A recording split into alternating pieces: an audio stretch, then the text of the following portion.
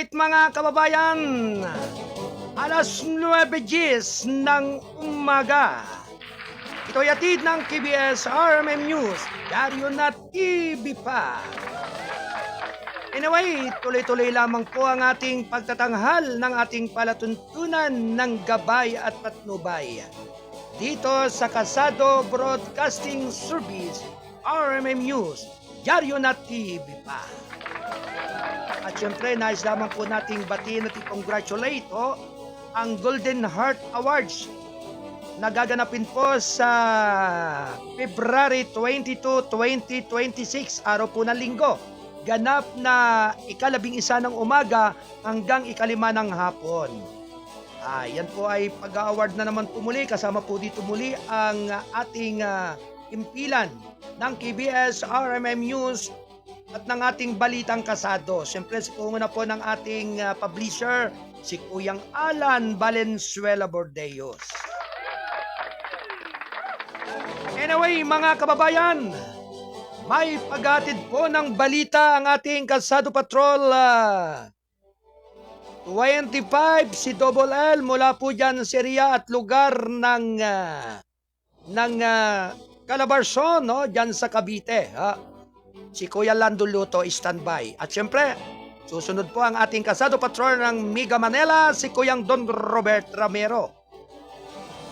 Standby report.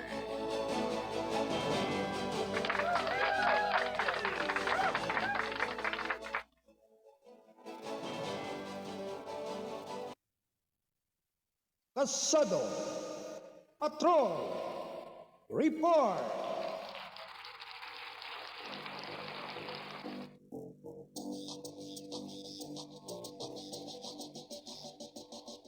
Anyway, mga kababayan, bigyan po natin ng daan ang pag-ulat ng ating Kalsado Patrol 25 mula po dyan sa area at lugar ng Cavite. Ito po mga kababayan ay may kinalaman hinggil po dito sa jeepney driver patay sa pamamaril sa Dasmariñas City, Cavite. Barangay chairman itinorong suspect. Naku po, ano na naman ba ito? Barangay chairman pa naman ang naging dahilan, kaya malalaman po natin ang detalye sa pag-uulat ng ating Kalsado Patrol 25. Alright, Kuya Lando Luto. Good morning. Sige, iputok mo na yan. Good morning, Kuya Lando.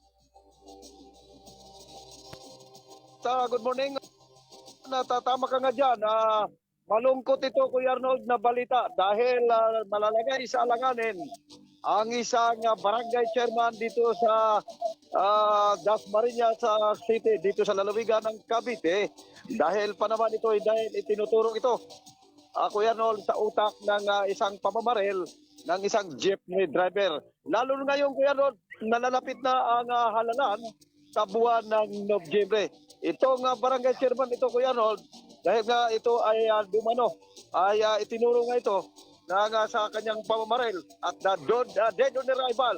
Nasa ospital ang isang 43 anyos na jeepney driver, Kuya Arnold, matapos pasukin at magbabarilin sa loob ng kanilang bahay sa Diamond Village, Barangay Salitran 1, Dasmariñas City, dito sa lalawigan ng Cavite. Kaninang madaling araw ito, Kuya Arnold. Batay sa ulat ng pulisya, bandang alas 12:30 ng madaling araw nang mangyari ang insidente. Natutulog umano ang biktima na kinilalang si alias Red nang pasukin ng dalawang armadong lalaki ang kanilang bahay at paulanan ito ng bala.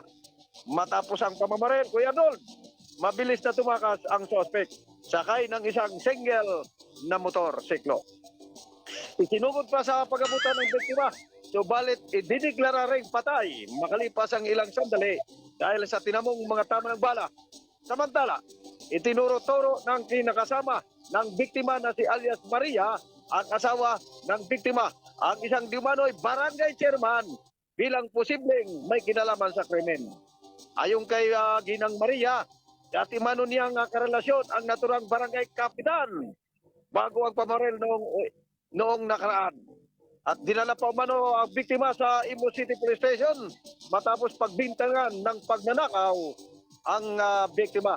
Dagdag pa niya, sinaktan pa umano ng barangay chairman, ngunit kalaunan ay pinakawalan din ng pulisya dahil sa kakulangan ng ebidensya. Sa ngayong Kuya, patuloy ang isinasagawang investigasyon ng pulisya na sinisilip ang crime of passion bilang isa sa mga anggulong tinitingnan sa kaso. Patuloy naman inaalam ng otoridad ang pagtaklalan ng mga salarin at ang motibo sa krimen.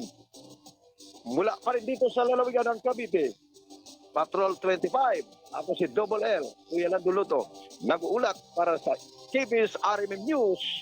Diaryo na, TV pa. Maraming salamat, back to you. Alright, maraming salamat sa pag-uulat ng ating Kasado Patrol 25 mula pa rin po dyan sa Cavite. Talaga grabe, barangay chairman ay nagawang barilin. Pwede namang yun ay pakiusapan na lamang o kausapin. Di ngayon, ikaw barangay chairman. Di ikaw ngayon ay nasa balag ng alanganin ngayon. Mag-e-election pa naman. Grabe na to. Kaya talaga, oo. Sa halip na magdala ng iba yung diplomasya doon sa tao, ay dinaan kaagad sa tubo. Mabubuhay pa ba yan kapag talagang yan ay ginamitan mo ng firearms?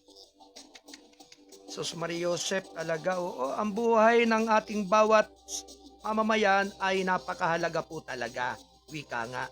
Kaya nga sabi nga po hanggat maaari ay madaan sa magandang pakiusapan. Pakiusapan na lamang, hindi po sana kaagad-agad na talagang sasaktan kaagad ng ganong kabilis. Kaya napakahirap po talaga, napakahirap talaga ng buhay, lalo na nga po kung medyo mainit sa gatilyo. Talagang hindi ka magiging bayani diyan, Kap. Kaya sana ang mga pangyayaring ito huwag pamarisan ng kahit na sino man na naluluklok sa kapangyarihan. Na yan pong firearms ay yan po ay ginagamit lamang bilang depensa ng otoridad kung kinakailangan at ikaw ay ginipit at inassault ng kriminal. Pero kung hindi naman, naku, Maria Josep, talaga, oo, ang buhay nga naman, mahirap maunawaan. Thank you. Anyway, isunod po naman natin ang pag-uulat Patrol ng ating Report. Kasado Patrol 20 ng National Capital Region, si Kuyang Don Robert Ramero. Ito po mga kababayan ay may kinalaman naman po hinggil po dito sa sinasabing illegal na manufacturing ng piking sigarilyo na bisto ng Bureau of Customs sa Central Luzon. Ang detalye po ay magmumula sa ating Kasado Patrol 20 ng National Capital Region mula kay Kuyang Don Robert Ramero. Alright, Kuyang Don, good morning! Good morning, Kuya Arnold, mga kaibigan, maging sa ating mga taga-subaybay. Ang illegal na manufacturing ng peking sigarilyo ay nabisto ng Bureau of Customs sapagkat nabisto nga ito ng BOC ng Intelligence Division ang illegal na paggawaan ng sigarilyo. Matapos isagawa ang follow-up of inspection ng ahensya sa Central Luzon. Ayon kay BOC Ariel Ipoposeno, nakumpiska ang iba't ibang uri ng peking sigarilyo sa paggawaan sa lugar ng Mexico, Pampanga. Kaugnay nito ay nagpaalala si BOC Commissioner Ariel Nepomuceno sa mga retailer na tiyaking lehitimo at maging maayos ang pangangailangan ng kanilang produktong sigarilyo para maiwasan ang pananagutan sa ilalim ng mahigpit na batas, lalo na sa smuggling. Mula sa National Capital Region, Patrol 20, Don Robert Ramiro nagulat para sa KBS RMM News. Diyan na, TV pa. Alright, maraming salamat sa pagulat ng ating Kasado Patrol 20 mula pa rin sa National Capital Region, Kuyang Don Robert Ramiro. Thank you, Kuyang Don. Alas 9:20 ng umaga, ito'y atid ng Balitang Kasado, ang pahayagang balansi at totoo, National Newspaper. Samantala mga kababayan, tuloy-tuloy lamang ang ating balitaan. Round 1. Ready, go!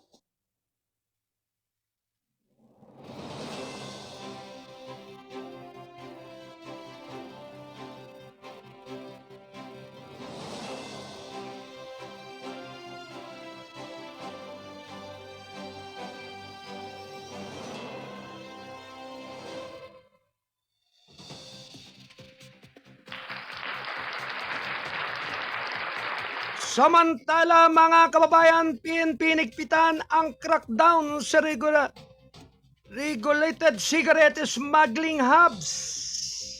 Round 1. Ready, go! Tuloy-tuloy lamang mga kababayan ng ating pagbabalita.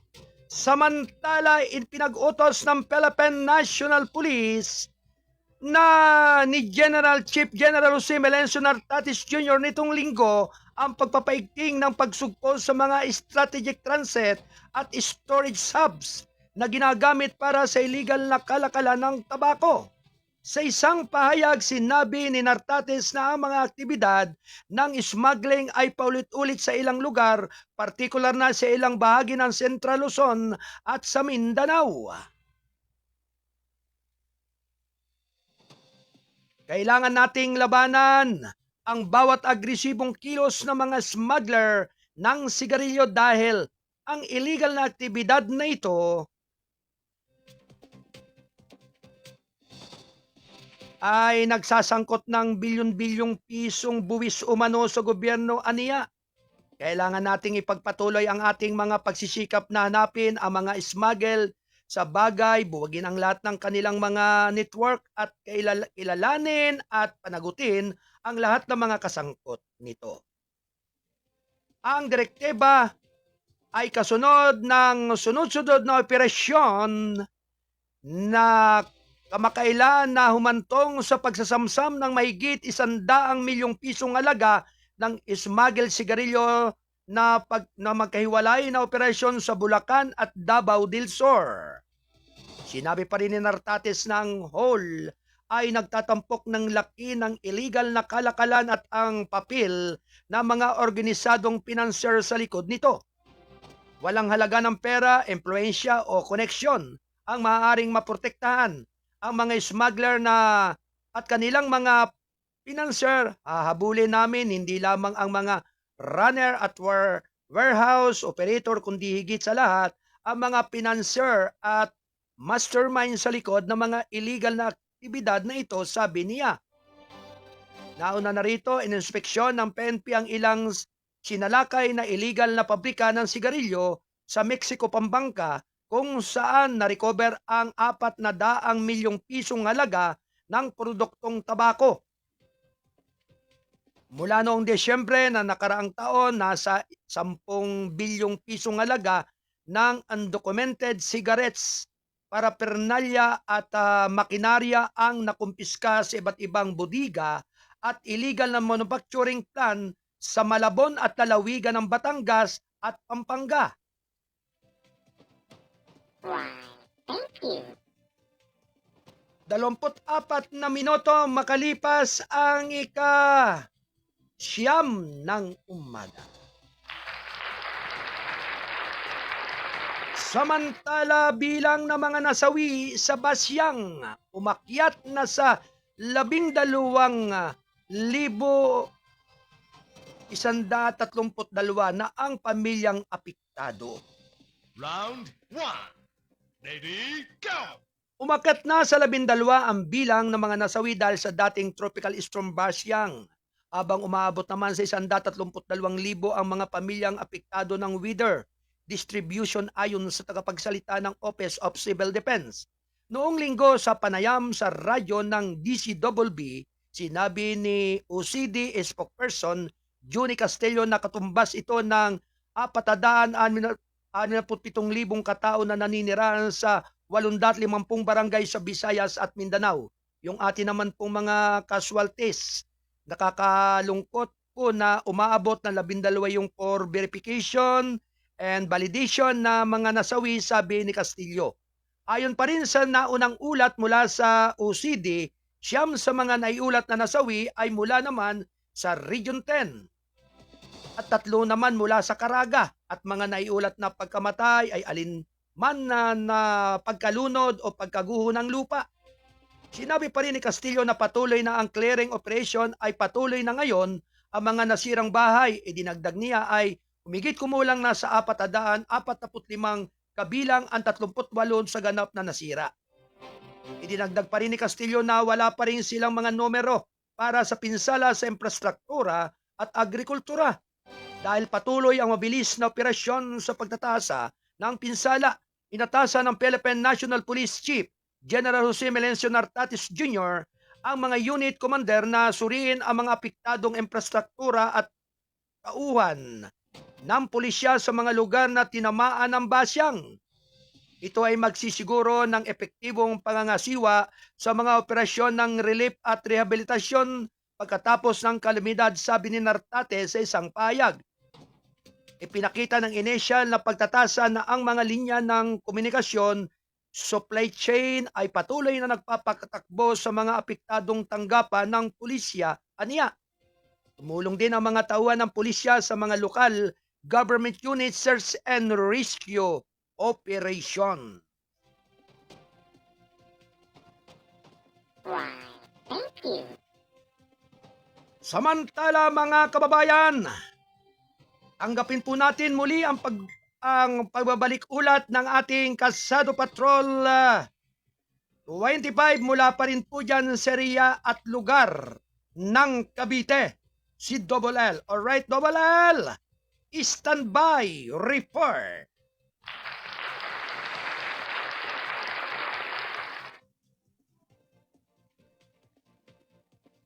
Ganap na alas 9:28 ng umaga. Ito ay atid ng Balitang Kasado, ang pahayagang balansi at totoo. National Newspaper. Narito po ang pagbabalik ng ating Kasado Patrol 25, si Double L. Chantal Aninoche binonyag ang mga grupong umano'y na nag-utak sa kanya para sumapi sa New People's Army. Lahat ng iyan ay sa buong detalye po ng ating Kasado Patrol 25.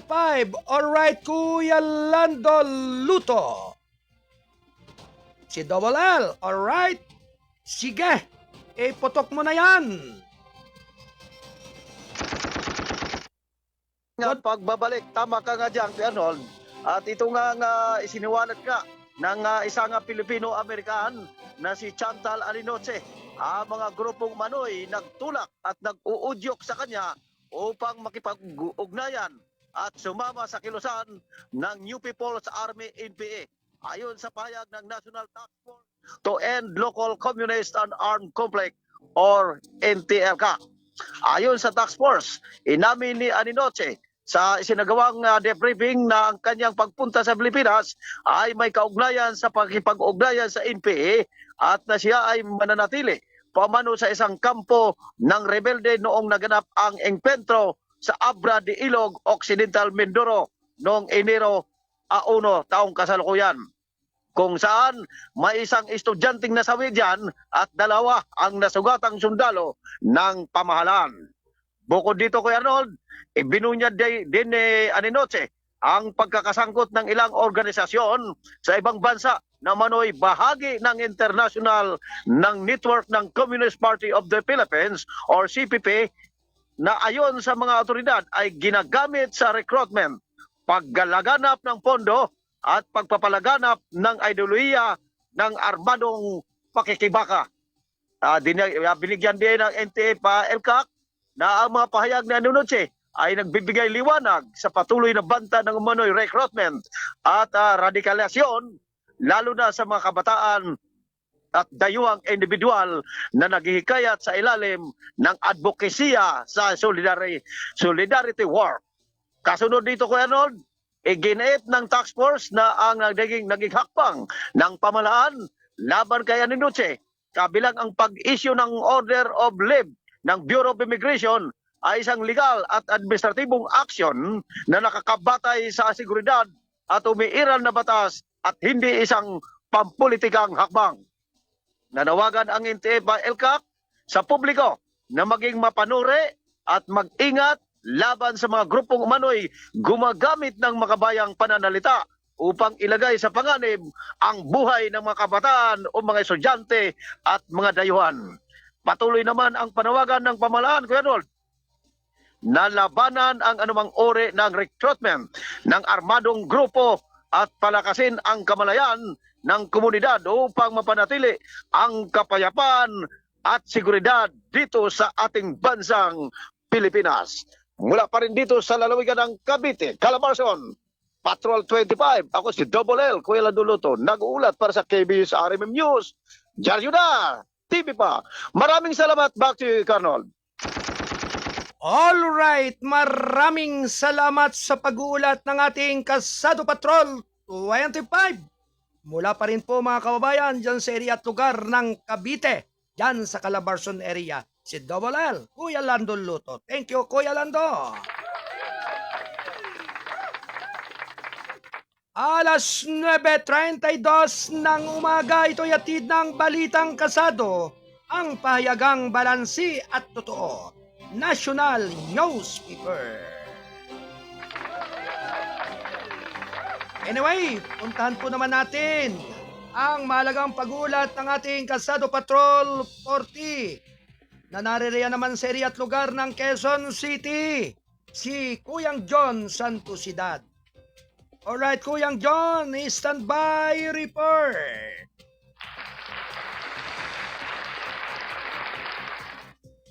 Ito po mga kababayan ay situational report sa area po na kinaroroonan ng ating Kasado Patrol 40. Diyan po sa area po ng Quezon City. Yan. Anyway, naririyan po si Kuyang John Santosidad. Kasado Patrol Report.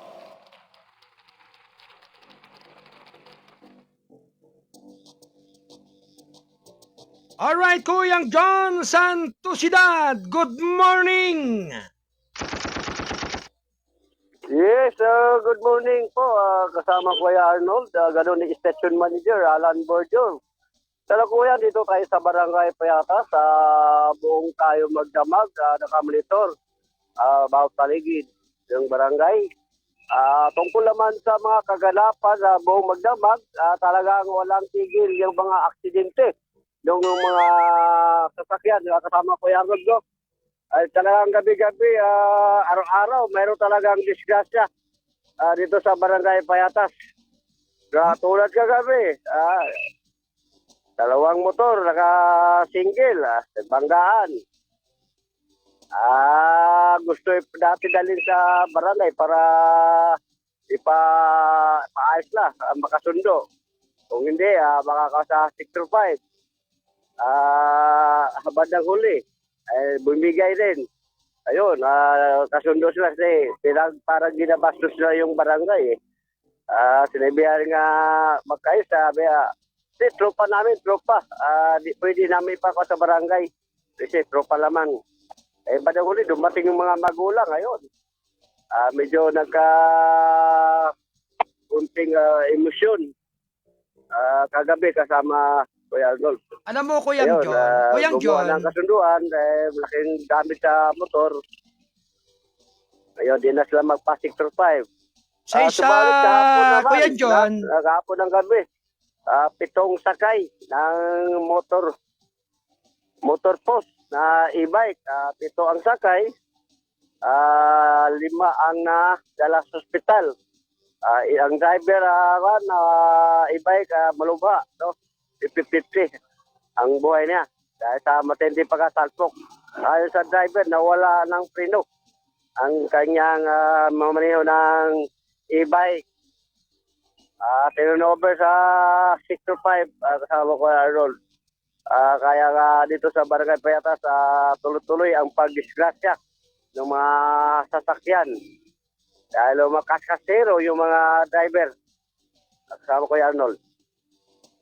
Yan nga ang problema, Kuyang Jun Kapag kayon katulad nga ng ulit-ulit nating sinasabi na kapag araw ng Biyernes ng gabi, Sabado ng gabi, hanggang Linggo ng gabi, talagang naandyan yung sabi nga'y sobrang happy. Sobrang happy ng mga maglalasing. Kaya kung kailan nakainom, saka magdadrive ng sasakyan. Kaya naandyan talaga, Kuyang John, ang disgrasya. Tulad nga nangyaring yan.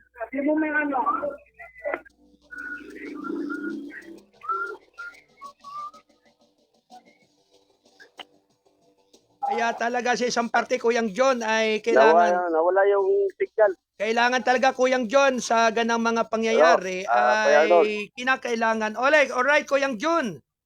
Sige, alright. Patuloy pa rin tayo dito nakaantabay sa Barangay Payatas para magbigay na ng report, no? Mga kagalapan, buong magdamag. Pupunta ako doon sa Traffic Department para bigay natin yung mga expert report sa buong magdamag aksidente. Talaga hindi talaga masero talaga kasama ko yung Arnold. Araw, gabi, talaga mga kabanggaan talaga. Ay bago lahat, inabati ko yung Barangay Kagawad at Barangay Commonwealth.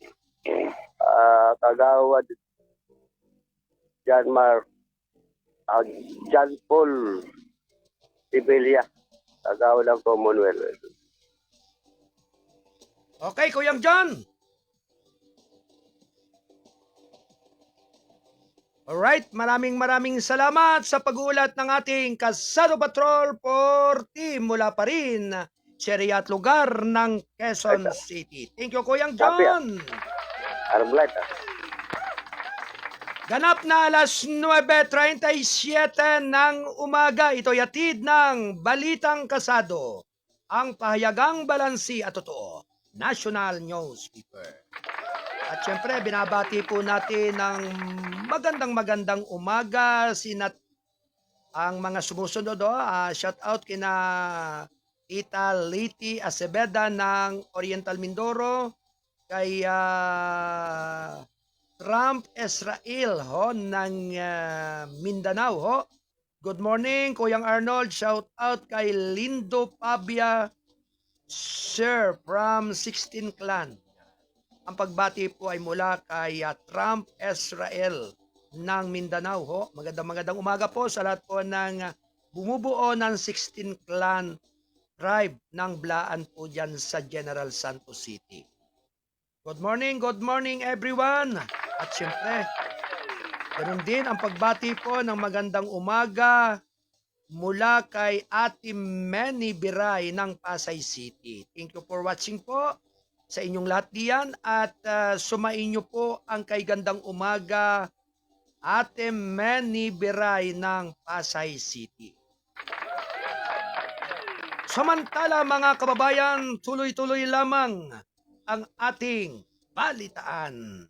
Round 1. Ready, go! Report!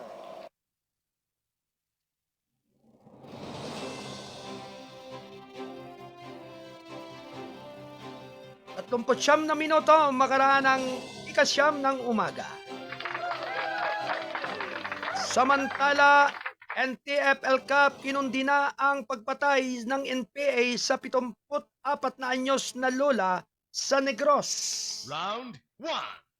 Ready, go!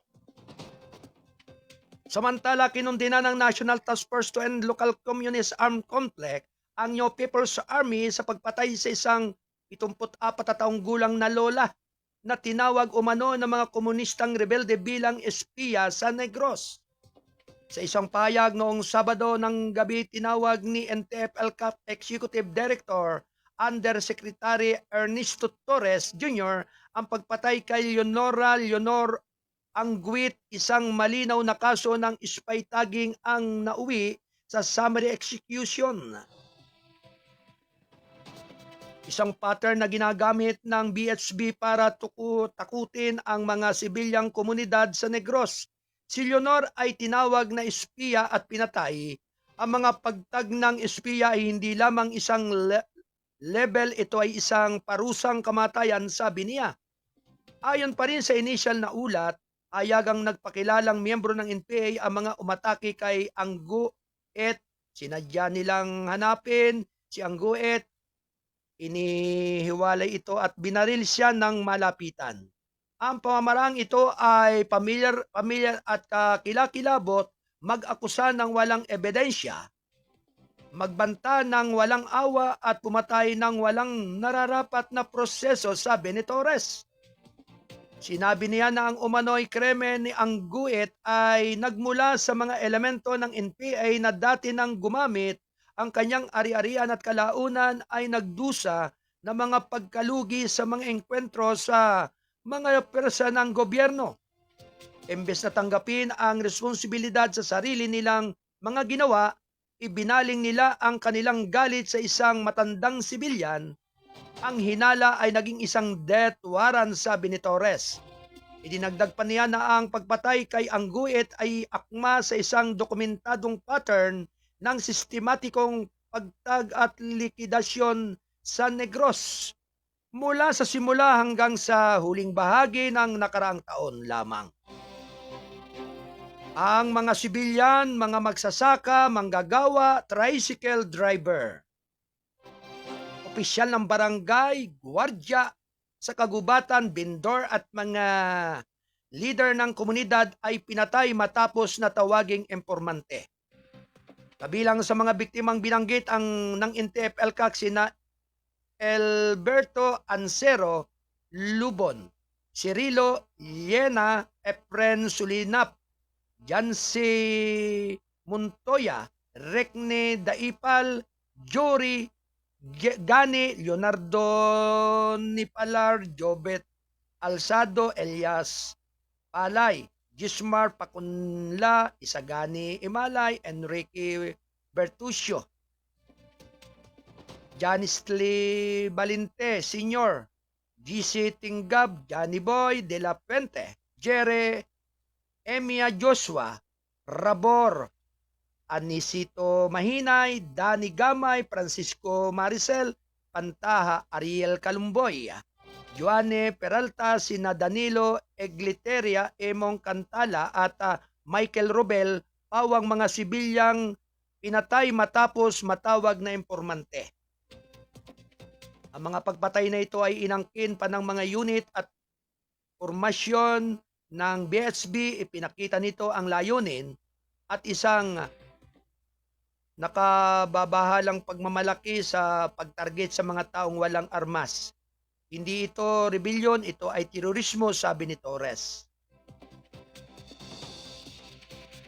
Hinimok ng NTF-ELCAC ang mabilis na koordinasyon, pagkilos upang maiwasan ang karagdagang pagkamatay na sa Philippine National Police na paigtingin ang manhunting pangangalap ng ebidensya at pag-ipon ng kaso upang matiyak ang mga pag-aristo at maigpit na pag-uusig.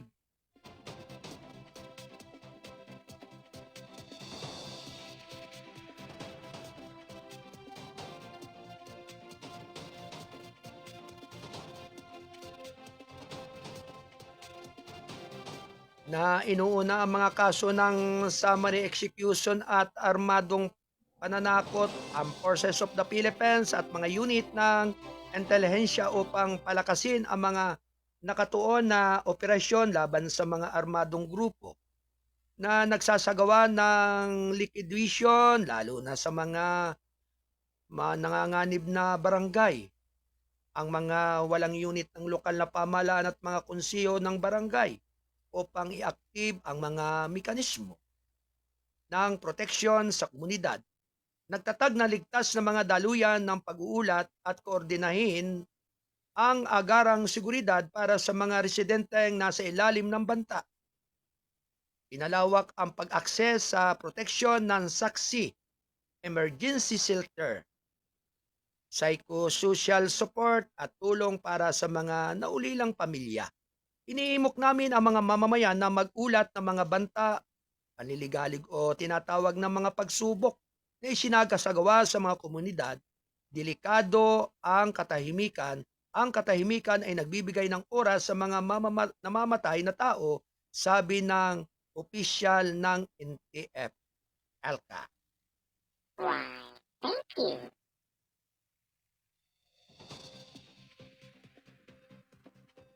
Apataput-anim na minuto makalipas ang ganap na ikasyam ng umaga. Samantala mga kababayan, tuloy-tuloy lamang ang ating balitaan. Round 1. Lady, go! Shoreline Amihan magdadala ng ulan sa ilang bahagi ng PH.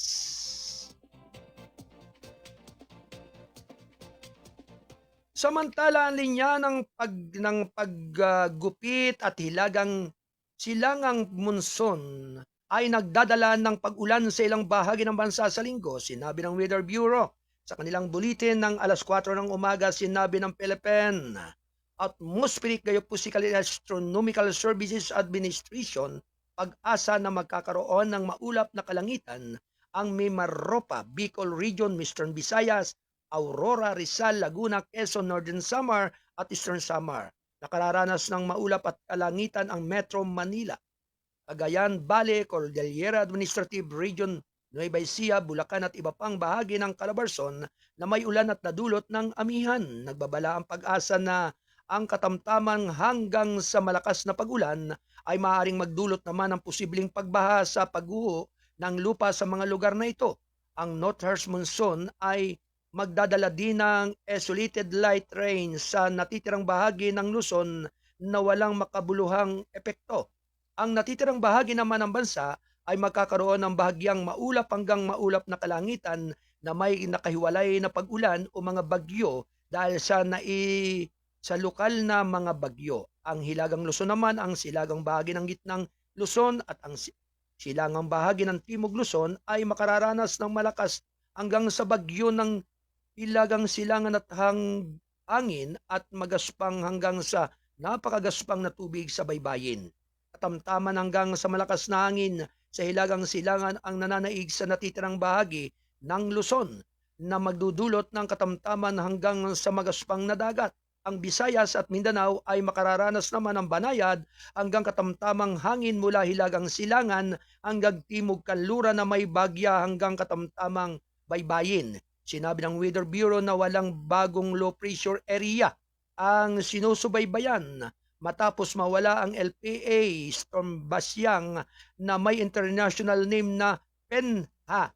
Alas 8 ng umaga noong Sabado ayon sa National Disaster Risk Reduction and Management Council, 64,360 pamilya ang apektado ng Basyang na mga rehiyon ng Western Visayas, Negros Island, Central Visayas at Caraga. Hindi bababa sa 5 katao ang nasawi kabilang ang 4 na miyembro ng pamilya dahil sa landslide sa Northern Mindanao. Sa Ilocos Sur naman nagpatupad ng sea travel ban ang Philippine Coast Guard noong linggo dahil sa magaspang hanggang sa bagyong dagat na pinalala ng amihan sa ilang sea travel advisory, sinabi ni Ilocos Sur.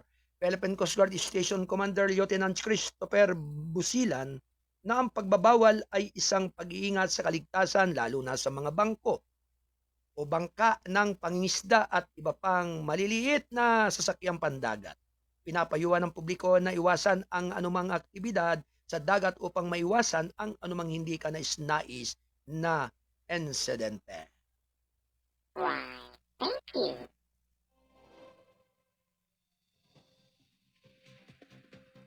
₱49 makalipas ang siyam ng umaga. Ito'y atid ng balitang kasado ang pahayagang balansi at totoo. National Newspaper. Samantala forgettable atong ang wala sa Cambodia, naniniwala si DILG na nasa PH siya. Round one. Ready, go! Sinabi ng Department of Interior and Local Government Secretary John Beck Remulla nitong Sabado na patuloy na hinahanap ng mga otoridad si Charlie Atong ang na pinaghahanap dahil sa umano'y kaugnayan nito sa pagkawala ng ilang cockfighting enthusiasts.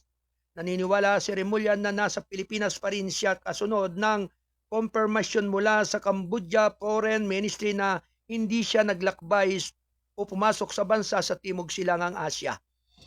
Sa tingin ko, nasa Pilipinas pa rin siya.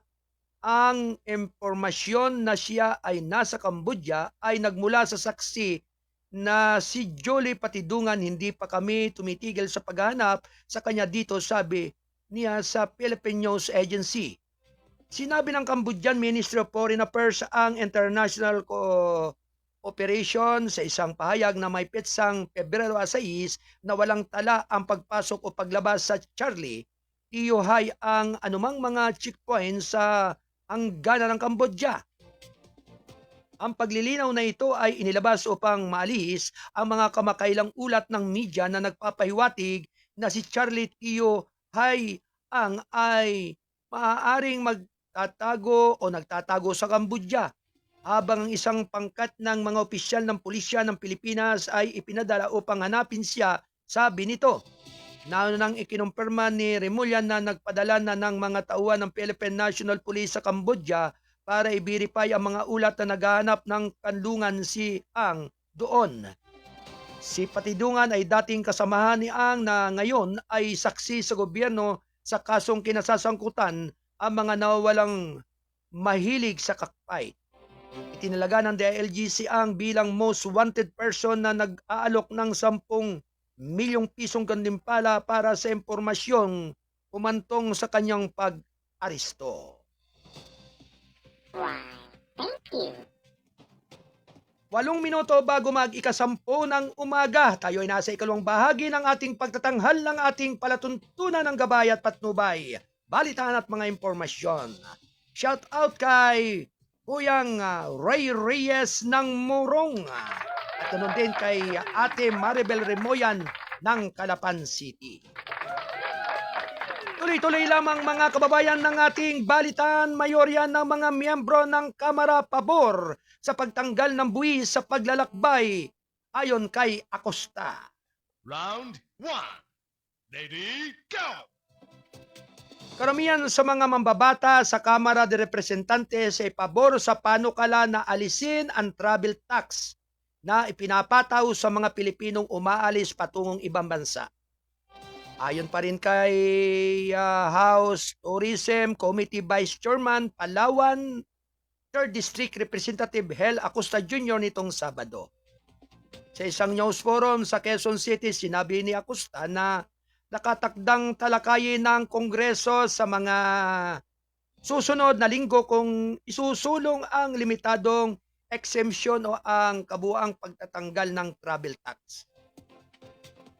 Dito sa House medyo positive naman sa palagay ko ang karamihan sa ating mga samahan sa Kamara ay susuportahan ng panukalang batas.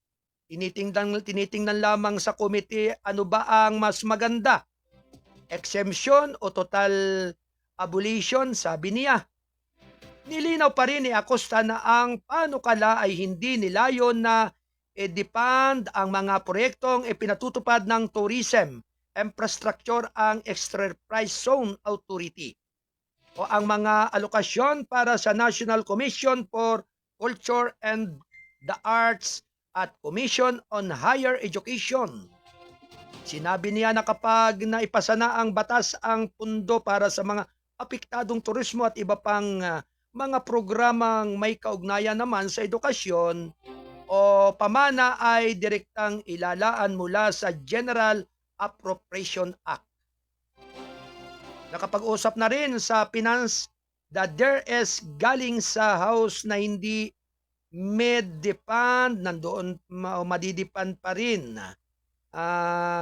In fact, mas maganda dahil hindi na sila depende kung ilan lang ang lalabas, itinuro niya.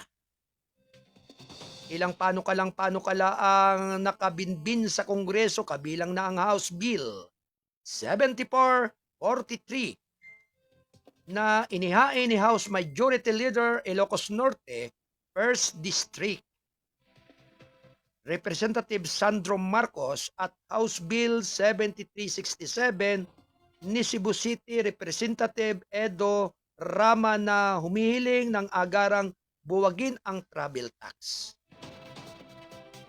Nauna nang sinabi ng Department of Tourism na ipauubaya nito sa Kongreso ang desisyon ng pag-scrap ng buwis, ngunit binigyan diin ang pangangailangan para sa kanila na matukoy ang alternatibong pundo upang mapanatili ang mga programa sa infrastruktura ng turismo sa bansa.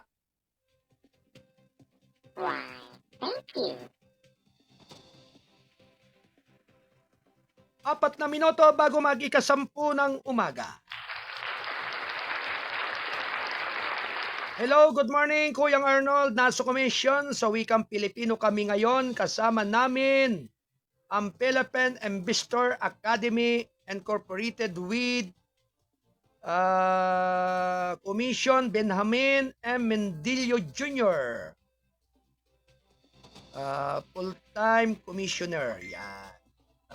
Kamusta na kayong lahat dyan? At sa lahat ng mga taga-KWF, magandang umaga po sa bumubuo ng Komisyon ng Wikang Pilipino. Kaya sabi nga po ay ang ating mga minamahal na mga namumuno at mga miyembro ng KWF ay talagang masigasig na patuloy po nilang mabigyan ng iba yung pananaw at pagpapahalaga na ang wikang Pilipino o ang Komisyon ng Wikang Pilipino ay napakahalaga po dito sa ating bansa. Sapagkat nanganganib na po ang maraming wika, lalong-lalo na po sa ating mga minamahal na mga katutubong wika ng ating bansa. Kaya talagang ipinababatid po ng ating palatuntunan ng Gabay at Patnubay ng inyong Kuyang Arnold na talagang ang layunin po ng Komisyon ng Wikang Pilipino ay para panatilihin po yung likas at talagang mga wika ng ating mga katutubong wika ng ating bansang Pilipinas. Kaya congratulations po sa inyong lahat dyan. From Kuyang Frederick Berry, ang ating Kasado Patrol 13, na talagang walang tigil ang pagbabiyahe at pagmomonitor sa iba't ibang dako ng ating bansa, Luzon, Visayas at Mindanao. Samantala mga kababayan, tuloy-tuloy lamang ang ating paghatid ng mga karagdagang mga balita. Round 1. Ready, go! Samantala, PS at US Air Force nagsagawa ng serya ng drills sa Luzon. Round 1. Ready, go! Nagsagawa ng serya ng pagsasanay ang mga sasakyang pangimpapawid ng Pilipinas at Amerikano mula Pebrero 2 hanggang 6 sa iba't ibang koleksyon ng Luzon bilang bahagi ng patuloy na pagsisikap na palakasin ang interoperability sa pagitan ng dalawang serbisyo.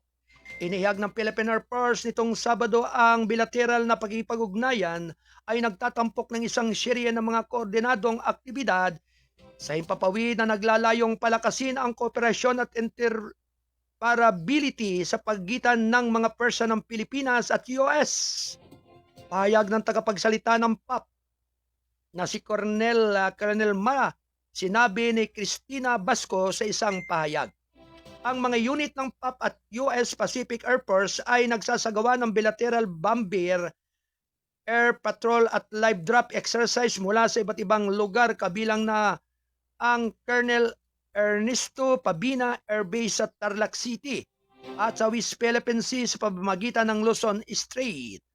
Nagbigay din ng suporta ang US Special Operations Command Pacific at Marine Corps Forces Pacific. Una sa mga air drill noong Pebrero 2 ay isang live drop exercise na kinasangkutan ng dalawang PAP FA-50PS fighter aircraft at dalawang US PACAP B-52 bomber aircraft. Itinagdag ni Basco na ang pagsasanay ay nagpapatuloy sa isang senaryo ng pagtatanggol sa hangin noong Pebrero 4 sa West Philippine Sea na nakatuon sa koordinasyon ng airspace, pagsasama ng command and control at pagsasanib sa tugon sa pagkapatakbo. Noong Pebrero 6, ang aktibidad ay nagtapos sa isang joint bomber air patrol sa West Philippine Sea at Luzon Strait. Sinabi ni Basco na binigyan din ito ang pinagsamang pagpaplano ng misyong koordinasyon ng airspace at kahandaan ng operasyon ng backup at pagsugpo sa mga puwersa ng US. Sinabi niya na ang mga aktibidad na ito ay nagpahusay sa bilateral interoperability, operational readiness at strategic cooperation sa pamagitan ng magkasanib na pagpaplano, koordinasyon at pagkapatupad sa isang makatotohanang kapaligiran sa pagsasanay. Sa pamagitan naman ng pinagsamang mga aktibidad sa empapawid at suporta sa multi-domain, patuloy ang pinalakas ng PAP ang mga pagipagsusyo sa pagtatanggol at pinalakas ang kakayahan nito sa pangangalaga ang pambansang himpapawid at itaguyod ang soberenya, sabi ni Basco. Why, thank you. 1 minuto makaraan ang 10:00 ng umaga.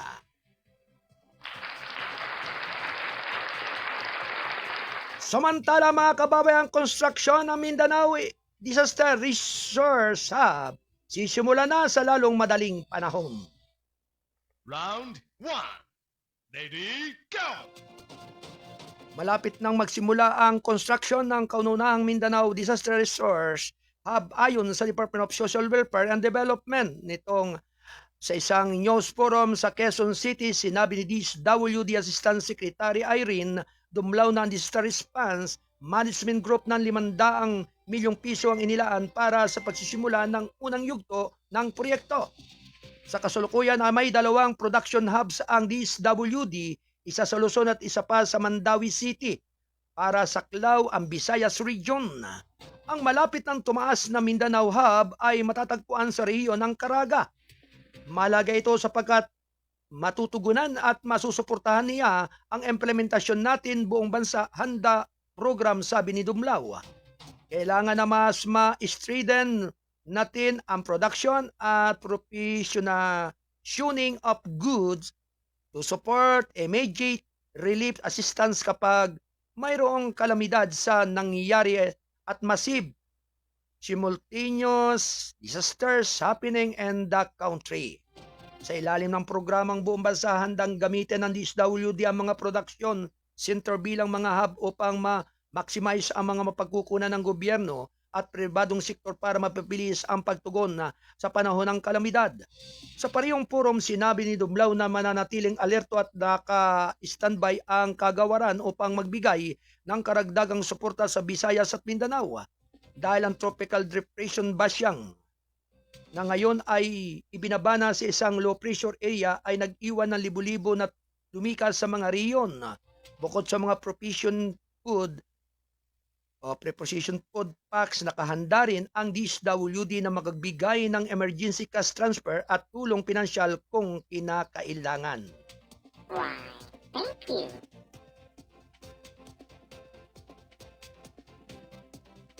Samantala, NGCP fully restores transmission service na apektado ng basyang. Round 1. Ready, go! Naibalik na ang transmission service sa isang bahagi ng mga lalawigan ng Surigao matapos maapektuhan ng Tropical Depression Basyang. Huwebes ng gabi sa isang advisory, sinabi ng National Grid Corporation of the Philippines na naibalik na ang linya ng Placid Madrid 69 kV. Bandang 1:44 ng hapon Biyernes pagkatapos ng serbisyo ay nawala sa paligid ng 10:23 ng nakaraang gabi. Ang transmission line ay nagsilbi sa Surigao del Norte Electric Cooperative at Surigao del Sur to Electric Cooperative Incorporated. Ito habang patuloy na humihina ang basyang at huling tinatayang nasa paligid ng Dawis, Bohol, batay sa 5:00 ng hapon bulletin ng Weather Bureau. Iniulat na gumagalaw ito pakanluran timog kanluran sa bilis na 5 km per hour na may maximum na nagpapanatiling hanggang sa 55 kilo per hour malapit sa gitna ng pagbugsos ng hangin hanggang 75 kilo per hour. Binaba na ang signal number 1 ang tropical cyclone wind signal na sumasaklaw naman sa ilang lugar mula Luzon hanggang Mindanao. Sinabi ng Weather Bureau na inaasahan pa rin ang malakas na pag-ulan at malakas na hangin sa mga lugar na labas ng landfall point ng Basyang. Inaasahan maglalandfall na naman ang weather disturbance sa bahagi ng Cebu at Negros Oriental sa pagitan ng Biyernes at madaling araw bago ito magtungo sa katimugang bahagi ng Panay Island o sa Panay Gulf. Why, thank you. Alas 16 ng umaga.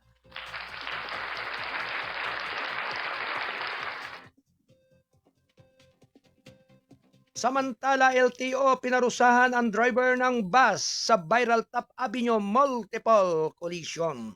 Round 1. Lady, go! Sinuspindi ng Land Transportation Office ang driver ng bus na bumangga sa ilang sasakyan na kinasasangkutan ng maraming individual na kahabaan sa Top Avenue sa Maynila noong Martes. Ipinahayag ng LTO Chief Assistant Secretary Marcos Lacanilaw ang driver ng bus at ang rehistradong may-ari nito para makipagtulungan sa investigasyon sa insidente. Sa isang video na nag-viral noong social media, nakita ang bus na bumangga sa 5 motorsiklo, 3 multipurpose vehicle at isang van na nagdulot ng pinsala sa 9 na individual. Hindi tayo papayag na hayaang magdulot ng panganib ang mga hindi responsabling driver o panggangasiwa ng sasakyan sa ating mga kalsada. Sinabi pa rin nila Kanilaw sa isang pahayag. Sa ngayon, 70 araw na suspensyon ang ipinataw laban sa driver habang ang bus na sangkot sa insidente ay inilagay sa alarma upang maiwasan ang anumang transaksyon sa LTO. Sa isang show-cause order, pinag-aralan ng LTO ang pagsasampa ng kaso administrative ng reckless driving at pagiging hindi wastong tao na pagmamaniho ng sasakyan laban sa driver ng bus. Sa kabilang banda naman, ang rehistradong may-ari ng bus ay nahaharap sa kasong administratibo sa pag-upa ng isang walang pakundangang driver. Kapwa pinatawag ang rehistradong may-ari at driver ng bus na humarap sa LTO alas 2 ng hapon noong Lunes para magsumite ng nakasulat na paliwanag kung bakit hindi sila dapat mapatunayang nagkasala sa mga paratang na ito. Ang aksyon ng LTO ay patunay sa ating determinasyon na panagutin ang sinumang lumabag sa mga batas, trapiko at yakin na ligtas ang lahat sa daan, sabi niya. Why, thank you. 8 minuto makaraan ang 10 ng umaga. PH inilista ang target deliverables para sa ASEAN 2026. Round 1. Lady, go! Pinamamahalaan ng Pilipinas ang Association of Southwest Asian Nations sa paghahatid ng mga resulta na makakatulong sa rehiyon na makakayanan ang mga umuusbong na hamon habang itinataguyod ang paglago sa gitna ng lumalalim na pandaigdigang kawalan ng katiyakan sa ekonomiya at geopolitika. Sa isang panayam ng Asia's Yusof Esak Institute noong ang kalihim ng ugnayan ng panlabas na si Ma, inilabas ni Teresa Lazaro ang initial na lista ng mga pangunahing dokumento ng kinalabasan ng target ng ASEAN na pagtibayan bago matapos ang panunungkulan ng Pilipinas ngayong taong 2026. And the economic area among the deliverables aid are an Asian leaders, deklarasyon sa estratehikong pamamahala ng kalakalan. Isang deklarasyon ng mga leader ng ASEAN tungkol sa across-border movement ng mga digital na pagawa ang pagtatapos ng ASEAN. Canada Free Trade Deal, isang ASEAN Semiconductor Roadmap at isang pahayag ng mga leader sa artificial na katalinuhan. Layon din ng ASEAN na makakumpleto na negosyo para sa ASEAN Digital Economy Frameworks Agreement sa loob ng taong 2026 o sa Nobyembre. Kung pinagtibay ng ASEAN DIPA ay magiging unang region-wide digital economy arrangement sa mundo na sumasaklaw sa mga daloy ng data cybersecurity. Pagbabayad, paperless trading, pati na rin ang AL at blockchain. Napagtanto ng DEPA ang aming Asian vision na bumuo ng isang moderno, komprehensibo at magkakaugnay na diskarte sa digital transformation. Ito ay magbibigay kapangyarihan at magkakakonekta sa mga negosyong nakabase sa Asian na mas malapit sa isa't isa. Kabilang ang higit sa lahat ang mga MASE o MCE na mga regional na at pandaigdigang merkado, sabi ni Lazaro. Sa ilalim ng kapayapaan at seguridad ng rehiyon, umaasa ang Maynila sa nagawing formal ng ASEAN ang mekanismo ng dialogo nito para sa Coast Guard, gayon din ang inaabangang Code at Conduct on the South China Sea. Sa kasulukuyan nakipag-usap sa Beijing sa socio-economic pillar, sinabi ni Lazaro na nais ng Pilipinas na unahin ang bloc ang exclusivity na pagbibigay kapangyarihan sa mga pamilya bilang pundasyon ng lipunan. Aniya ang Asia na pumumuno ng Maynila ay magsusulong ng kooperasyong pangkalusugan sa rehiyon. Tiyakin ang universal na pag-a-access sa mga serbisyong pangkalusugan at ihahanda ang rehiyon laban sa banta ng isa pang pandemya o krisis sa kalusugan. Ang bloc, sinabi niya, ay nagtatrabaho upang ipakilala naman ang isang regional na programa para sa agham, teknolohiya at pagbabago ng AL para sa kalusugan, isang deklarasyon ng ASEAN sa pagpapalakas ng mga alternatibong sistema ng pangangalaga na nakabatay sa pamilya, isang pahayag ng mga leader ng ASEAN Network para sa pag-unlad ng pamilya, at ang Regional Action Framework sa Silver Economy upang bigyang kapangyarihan ang mga matatanda sa mga sektor ng ekonomiya. Ang iba pang mga target ng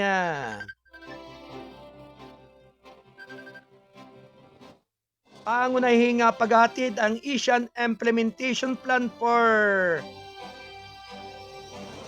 Regenerative and Resilient Agriculture, ASEAN Tourism and Investment Outlook, ASEAN Vertical Ministry Strategy para sa Regional Resilience at Sustainable Growth, ayon Asian Leader Declaration on Foundation Learning, Asian Leader Statement for Youth Development, ASEAN Declaration and the Employment of Youth and Climate Action and Resilience, ASEAN Joint Statement on Climate Change, Asian Youth Statement on Biodiversity Conservation, Asian Climate Change Strategy and Action Plan, Asian Disaster Resilience Platform.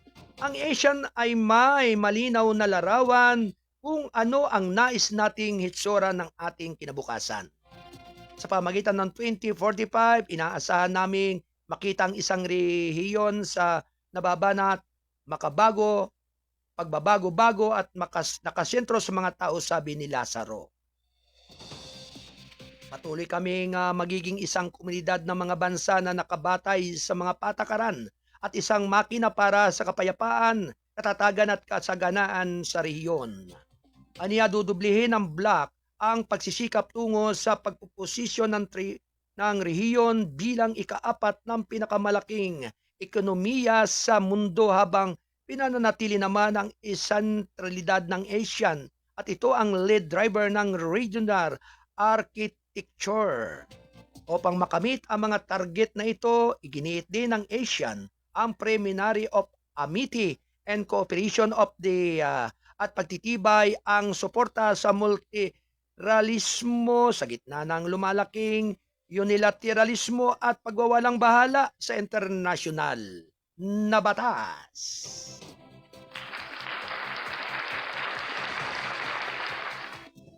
Samantala, DSWD aid para sa mga evacuees ng Mayon umabot sa 28 milyong piso. Round 1.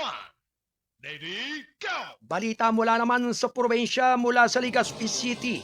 Naglaan ang Department of Social Welfare and Development ng mahigit 28 milyong pisong tulong sa mga pamilya na nawalan ng trabaho dahil sa kaguluhan ng Bulkang Mayon.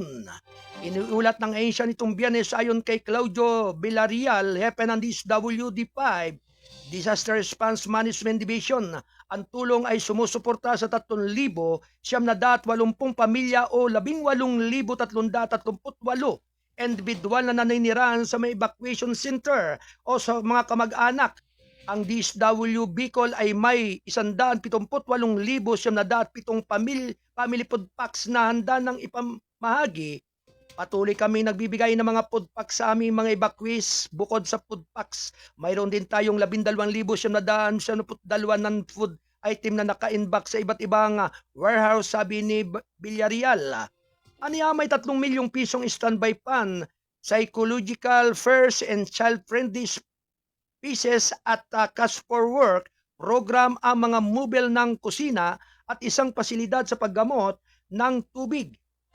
Nagsisilbi sa mga sentro sa iwalay na recovery program na nakapaglabas na ang DSWD ng 26.7 milyong piso na emergency cash transfer sa 5,064 resident ng Albay na naapektuhan ng Super Typhoon Uwan noong 2025.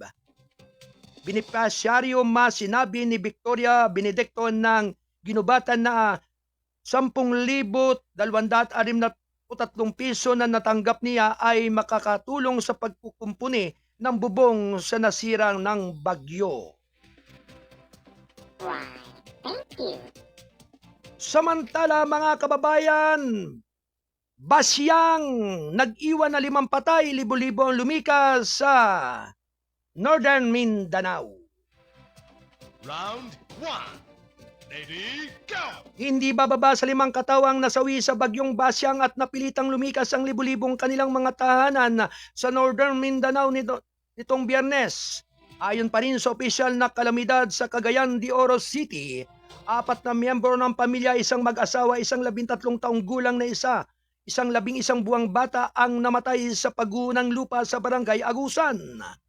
Maraming barangay sa lungsod ang binaha sa Iligan City. Namatay ang radio broadcaster na si Criselyn Baterna Balisco dahil sa cardiac arrest matapos baha ang kanyang apartment. Umapaw ang ilog tuhod Huwebes ng gabi siya nag-alis ng 4,677 individual mula sa 21 barangay.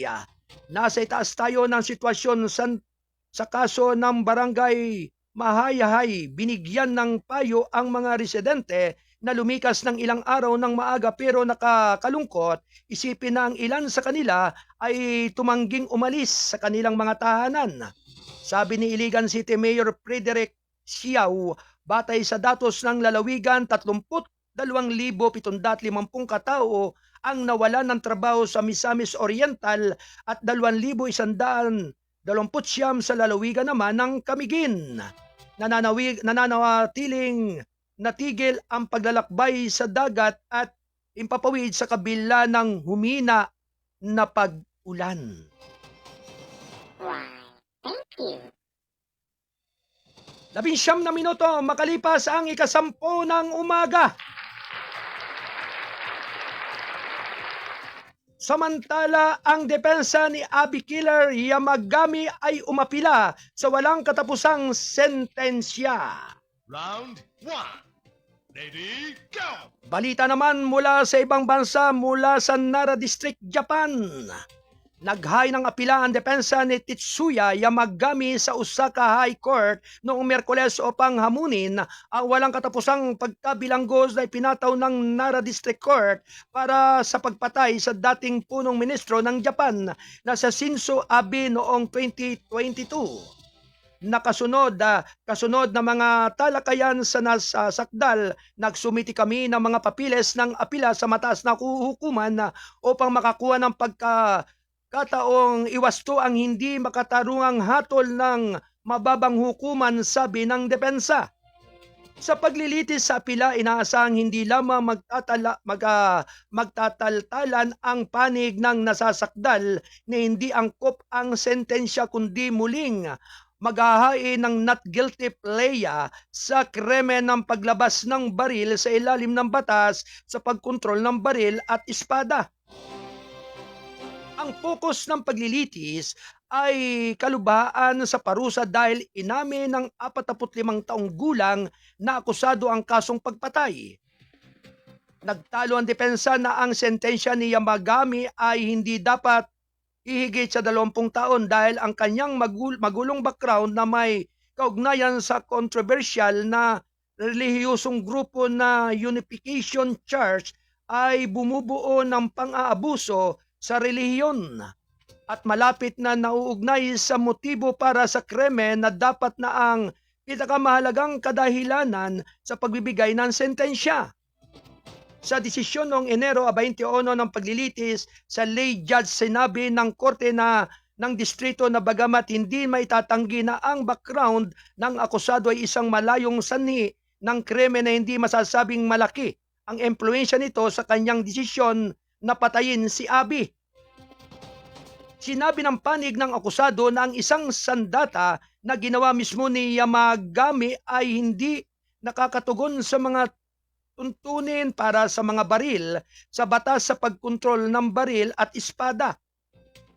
Gayunman, tinanggihan ito ng korte at sinabing sapat na makapangyarihan ang sandata para patayin o saktan ng isang tao at nagpataw ng walang katapusang sentensya sa bilangguan ayon sa hinahangad ng mga taga-usig. Kinabukasan, nakipagkita si Yamagami kay Yoshihide Sakurai, isang espesyal na hinirang ng propesor ng sosyolohiya ng rehiyon sa isang graduate school ng Hokkaido University, na dumalo sa paglilitis bilang isang saksi sa pagtatanggol. Ayon kay Sakurai, hindi nagpahayag ng pagkadismaya si Yamagami sa hatol at sinabing magpapasya siya kung mag-aapila matapos makipag-usap sa kanyang abogado.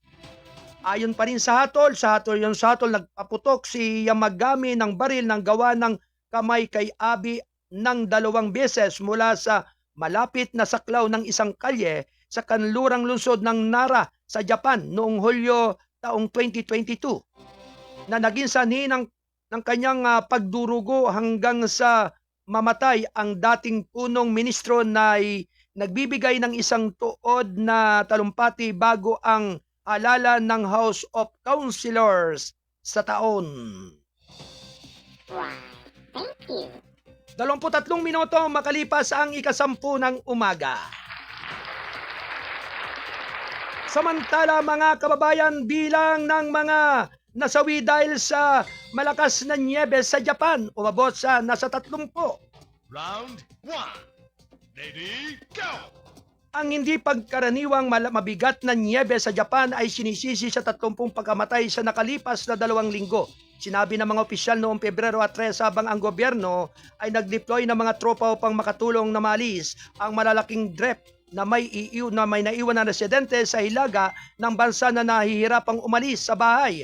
Ayon sa Straits Times, naitala ng mga otoridad hanggang alas 4:05 hanggang 4.5 meters ng snowfall sa ilang bahagi ng pinakamatinding napiktuan ng hilagang riyon ng Aomori, kung saan marami sa mga pagkamatay ang naganap, kabilang na ang isang 71 taong gulang na babae na ang bangkay ay natagpuan sa ilalim ng 3 metrong tumpok ng nyebe sa labas ng kanyang bahay. Ang isang malakas na malamig na nasa ng hangin ay nagresulta sa mabigat na nyebe sa baybayin ng dagat ng Japan sa mga nakaraang linggo na may ilang gitna at hilagang lugar ng pangunahing isla ng Honshu na nakakita ng higit sa doble sa karaniwang dami. Ang sentral sa pamahalaan ay nagpadala ng mga tropa upang matulungan ang mga lokal na otoridad sa makakayanan sa punong ministro. Si Nae Taishi ay nagdaos ng isang espesyal na pulong sa antas ng gabinete noong Pebrero 3 upang itagubilin ang mga ministro na gawin ang lahat ng kanilang makakaya upang maiwasan ang karagdagang pagkamatay at aksidente. Ipinakita ng mga imahe sa telebisyon na kailangang maglakad ang mga residente sa mga kanal na hinukay sa mabigat na niebe habang ang mga driver na nahihirapang maiwasan ang kanilang mga sasakyan ay matrak. Maraming mga lokal na paaralan sa sarado at ang mga serbisyo ng pampublikong transportasyon ay sinuspindi sa ilang mga lugar. Dapat unahin ng mga autoridad ang pag-alis ng niebe. Sinabi ng ilang residente ng lungsod ng Aumuri ang kabisera ng reyon sa lokal na Brac Duster ng RAB noong Pebrero 3 matapos siyang tumulong sa pagkuha ng isang natigil na van. Why, thank you. Alas 10:26 ng umaga. Yan ang mga kabuang balita mula dito sa ating himpilan ng Kasado Broadcasting Service. At syempre, shout out kay Brother Daryl Villaluna ng Calapan City at kay Kuyang Stephen Sabati Aludo. Magandang umaga po, Kuyang Arnold Namuko. Maraming salamat sa pagbati ni Kuyang Stephen Sabati Aludo ng Region 3. Alright, maraming salamat po sa inyong lahat, sa inyong patuloy na paggabay at pagsubaybay. Sumigit kumulang ng 2 oras ng ating pagtatanghal dito sa ating palatuntunan ng gabay at patnubay, balitaan at mga informasyon. Maraming salamat po sa lahat ng ating mga taga-subaybay at tagapakinig. Mulit-muli, ako ay muling magbabalik sa araw ng bukas, ganap na 8 hanggang 10 ng umaga sa ating palatuntunan ng gabay at patnubay. Naway ang pagpapala ng ating dakilang lumikha ay laging sumabawat isa nating mga kababayan. Maraming salamat po sa inyong patuloy na paggabay at pagsubaybay. So humigit kumulang na 2 oras ng ating pagtatanghal. Sa pangalan po ng ating station manager Kuyang Alan Valenzuela Bordeos, at ganun din po sa ating mga nakasama po dito sa ating Studio 1. Ang ating tumayong production assistant si Ate Del Ros Aldea Santos at Ate Rosemary Padiron. Maraming salamat po. Ako pa rin po ang inyong abang lingkod ng gabay at patnubay, balitan at mga impormasyon. Ang inyong Kuyang Arnold Acebeda Namuko. Nagpupugay ng isang mapagpalang araw ngayong araw ng Lunes. Adios, babalos, amigos!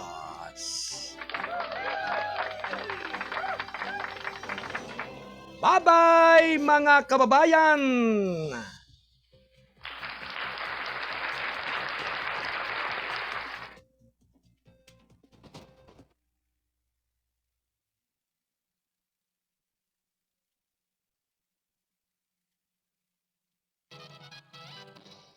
Narito ang himpilan ng TBS RMN News TV para magatid ng mga balita at impormasyon sa loob at labas ng ating bansa.